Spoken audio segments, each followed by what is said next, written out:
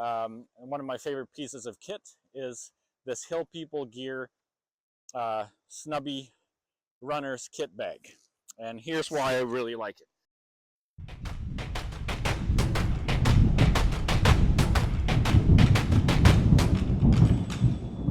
We usually go for 8 to 10 hours per day, and I often need to replenish my electrolytes along the way, and I like to carry some gummies or have a protein bar, but I don't necessarily want to have to stop.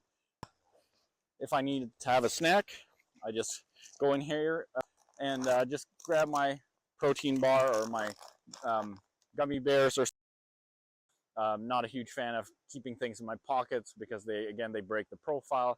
Same reason why I don't like having pouches on my hip belts, and my hip belts don't have any extenuous gear on it. Again, just to keep my profile streamlined, reduces the risk of getting snagged up on branches and various things. I don't like some of the larger packs, so this is actually the Snubby profile, which is quite small, because again, I just need it to carry small items, snacks, compass, map. In the next part of the video, we'll talk about each of the components of my chest rig in great detail. So here's what I typically carry in my runner's kit bag.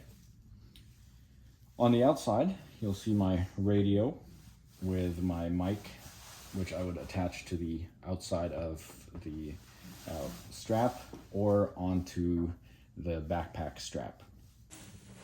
Up here I have my InReach, which I've modified a Tech Lock clip to the back of it by simply just running the screw through one of those holes. I can adjust the orientation of it, and a fairly inexpensive modification.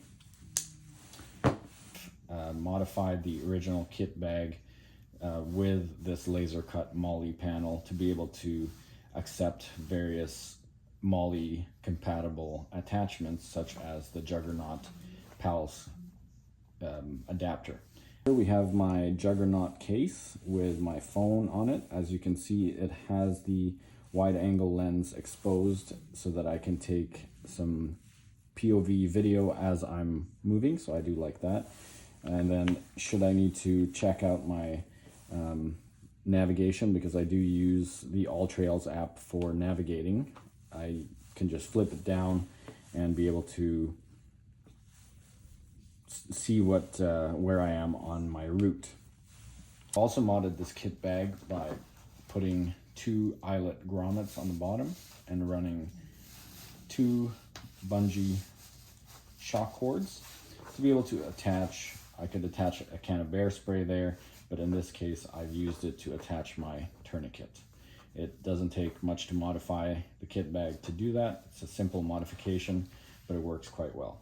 On this side, I usually will keep my Thrim cell vault with either extra batteries for some of my devices or some pain medication or muscle relaxants, that kind of thing. In the front small pocket here, right in there, I would typically have smaller items such as my chapstick, my handheld Olight flashlight, a Fisher Space Pen, and my field notes.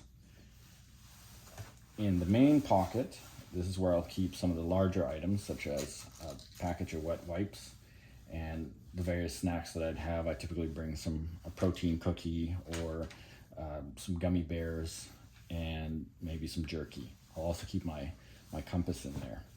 Some people will prefer to have a hip belt with various pockets and pouches. Again, I'm not a huge fan of that because, again, it breaks my profile and adding things to get snagged up on branches and things like that. My packs don't have any pockets and anything like that. And then the other suggestion was, why don't you have a fanny pack? So unfortunately for me, I'm not a huge fan of the fanny pack because it does interfere with the waist belt of my pack. Something to keep in mind if you are a female, the chest rig may not be the best solution depending on your personal physiology and the maybe a fanny pack might work better in your case, or pouches on your hip belt. This is what works for me. If you have anything that you might have any suggestions on how I can improve my kit, or something that works for you that you'd like to share, do put it in the comments section below. We'd love to hear from you.